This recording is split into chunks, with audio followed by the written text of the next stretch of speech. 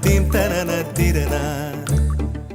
நடந்தால் ஆறு எழுந்தால் அருவி நின்றால் கடலல்லோ.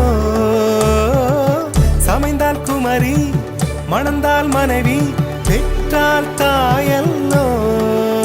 சிறு நதிகளே நதியிடும் கரைகளே கரை தொடும் நுரைகளே நுரைகளில் இவள் முகமே. சிறு நதிகள்